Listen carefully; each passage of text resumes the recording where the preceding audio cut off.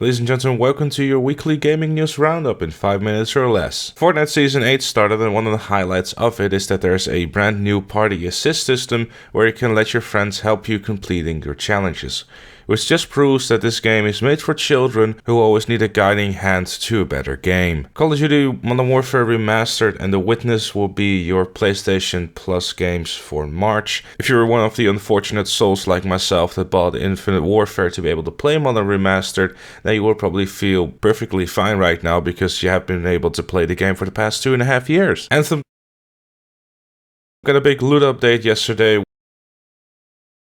where they removed uncommon and common items from level 30 drop tables alongside of a whole host of other things, so it should be a lot more enjoyable to find loot within Anthem. There's still a whole lot of work to be done on Anthem, but for now it's a step in the right direction. I haven't played the game myself. I'm a little bit curious about it to see just how bad it actually is, but I'm not really willing to spend money on it, so if anyone has a spare code, let me know. Overkill's The Walking Dead game has been cancelled. It is now officially over. It no longer exists.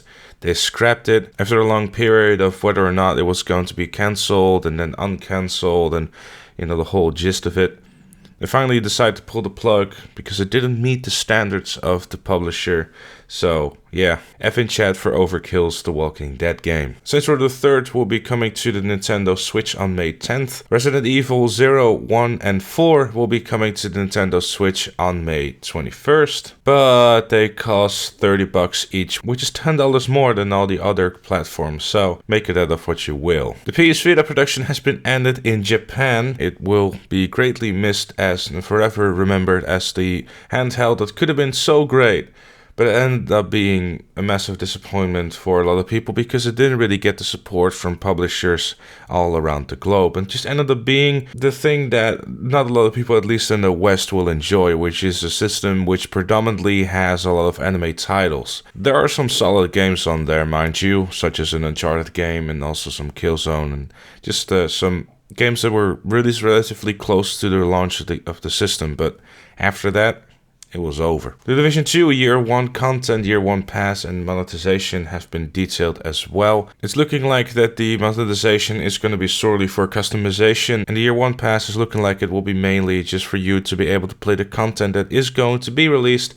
a week before everyone else. And one thing that's especially good to see is that Ubisoft seems to be very dedicated to the fact that they don't want a repeat of the Division 1, where the start of the game was lacking a lot of endgame content, so hopefully this time they will fix it. They said that relatively close to the launch of the game there will be raids and just a whole bunch of other things as well, so as you're gearing up there should be enough things to play as you're finally at the rank for those things. Alongside that, there was also a trailer for the Dark Zone, so you can find both of those on the Ubisoft YouTube channel if you want to see them. In more Call of Duty news, Modern Warfare 2 Campaign Remastered has been rated for PS4 by PG. About a year ago there was leaks circling around that Modern Warfare 2 will be getting a remaster for campaign only, and it seems that is being more and more solidified by the rating of PG of this game. So there's a really big possibility that with Infinity Ward's Call of Duty game this year, we'll be seeing Modern Warfare 2 Remastered happening as well. Horizon Zero Dawn celebrated its second anniversary, announcing that they have sold over 10 million copies, which is very much deserved because it's a really solid game.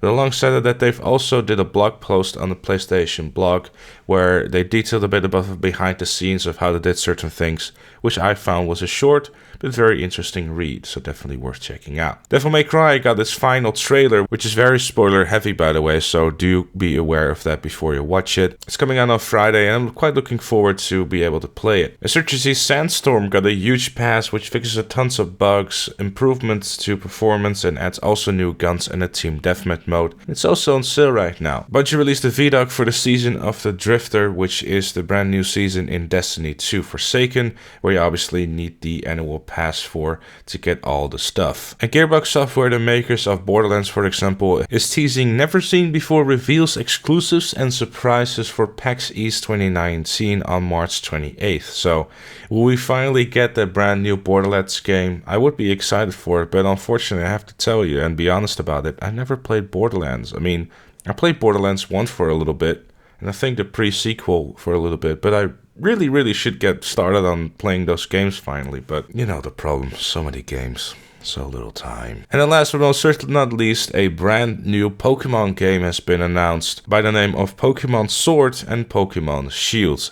This is the start of Generation 8 in Pokemon, and yeah, I have to say that I haven't played Pokemon since Black and White because they suddenly did a different angle that I wasn't used to. It wasn't as top down as before.